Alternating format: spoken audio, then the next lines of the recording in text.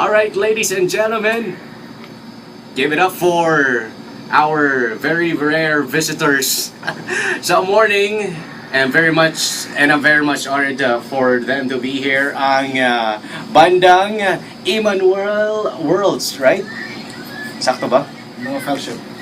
Emmanuel Friendship Day. Awaran si Jack lagi kuwang pakunoog kape. Emmanuel Fellowship. Alright, our friends from Emmanuel Fellowship are here to promote their own album. Okay, nani sila yung album, isa ni sila ka grupo Wild Ones, but let them say na lang kung unsa ni sila na unsa ni sila na banda. But anyway, guys, welcome. Hi. This Hello. is Doug. ako ang kaistorya is Mr. Pax. Mr. Pax, okay? At naapod tayo mga obang members nga rin sa Emmanuel Fellowship Wild Ones, okay? First and foremost, Kuya Pax. Kuya na lang kayo. Nahadalo ko Kuya, good. Oo. Kuya Pax, tell us what is Emmanuel Fellowship? Unsa man ni siya na banda, unsa genre ninyo, unsa mga tukar ninyo, asa siya gikan, and all about Emmanuel Fellowship. Okay, dugay namin sa church. Mhm. Ang church is Emmanuel Fellowship. And Okay. we are a worship team sa simbahan. Mhm. And we've been playing for so many years. And we have come up, just for this year, we have come up with an album. It's a worship album, lain lang nag-compose from the team. Mhm. So, ang purpose for making this album is to encourage others to also, if you're into the worship songs, Okay. Make your own. make your own. Okay, so first and foremost, ang inyong genre aning Emmanuel Fellowship is it's worship. Should I say worship ang genre ninyo? Okay, Worship, much like Hillsong is. Yes. Okay, I believe mao mo po na yung genre ninyo. And then isa ni siya ka band from your local church Yes. here in Cebu. Asa, by the way, asa man naka-base ning Emmanuel Fellowship? Ang we meet sa Ayala Theater for every Mhm. Sunday, 9:30. Okay. But You meet there not to watch movies, but to, of course, No, early morning, 9:30. 9:30 in the morning. Just before the Ah. movies would start. Okay. Yeah. You use the Cinema 4. Yes. Dili ba ni siya katungkuan? Cinema 1, madagta siya na. Anyway, sige na lang. Alright, so, you meet every Sunday Yes. at 9:30, so, and then the band performs. Yes. Okay. So, all in all, pila mo din ni ka band members for the sake of our listeners? Pila mo tanan Let's say sa Emmanuel Fellowship? sa band na mo, Mm. 15 to 20. Wow! 15 to 20! Di ka mahutdan eh. Really? I mean, wow, that's a lot. All of you guys sing every Sunday. Yes. Okay. Mag-schedule lang. Kasi But not necessarily tanang miyembro ani tigitara, murag daghana ra po siguro gitahan daghana kayo. Mix lang, okay? So murag swap og schedule. Na mo bass, na mo drums.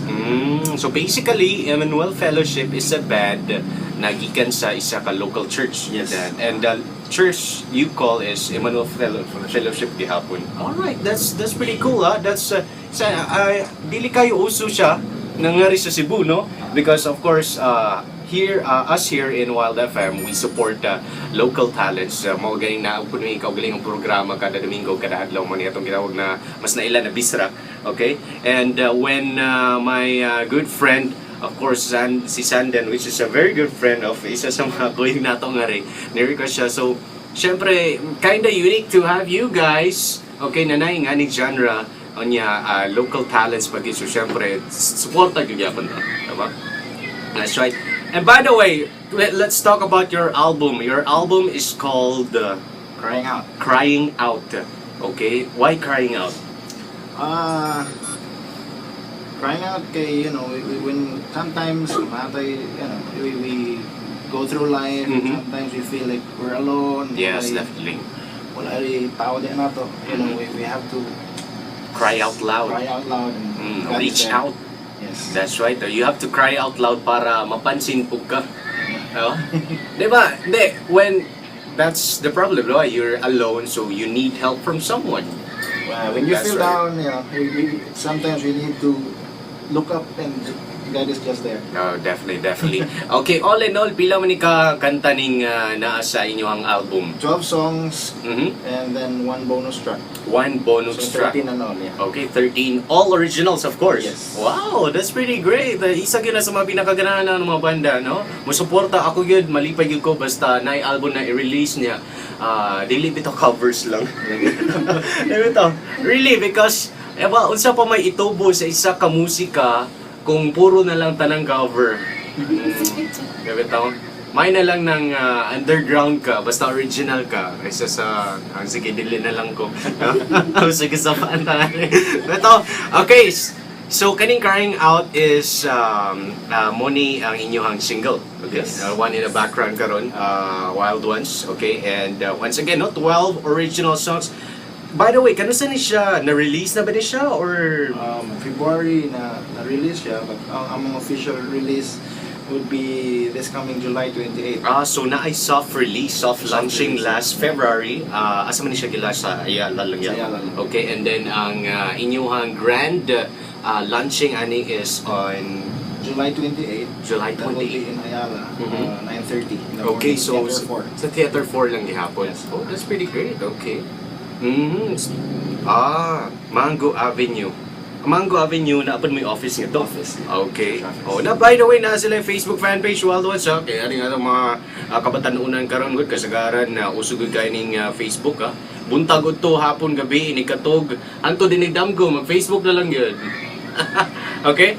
But invite our listeners sa inyo Facebook. That's facebook.com/IF Cebu. Okay? Oh, may gani kay walay M. Basiglain na. Ha? Lahi to siya. Alright. So ladies and gentlemen, by the way, asa ni siya? Is this available sa atong mga record bars? Or It's available sa inyong office? office at the Okay. same time nasa 22G Mango Avenue. Mhm. Same time it's in OMF. OMF. Literature. Oh yeah, the bookstore. Okay, murag ginabantay na ako na sila branch nga rin sa may Manila sa may flyover. Napod sa Cybergate. Cybergate. Yeah, okay. Wow, may ganing may lagi itong tiglaag ano. Alright, ladies and gentlemen, once again, Wild Ones, ang ato ang banda Emmanuel Fellowship itong guest karon. They're a fellowship band and na sila album i-release ni karong July 28 sa Cinema 4 sa Ayala, 9:30, right? Yes. And ang ilang lead single is Crying Out, and here to perform, of course, syempre, di ka na ito palagpason na itong mata po nila, di ba, uso man ng sample. Diba? Si Kuya Pax ang ato ang vocalist, by the way. Oh, another question dahil before we go sa inyong sample. Ikaw ang vocalist ani sa tanang mga songs? Mostly. Okay, sige. Mas mahino ni. Okay, let's see here for Kuya Pax Waldo. Ang katahon, of course, is ang Crying Out. Alright. Here we go, ladies.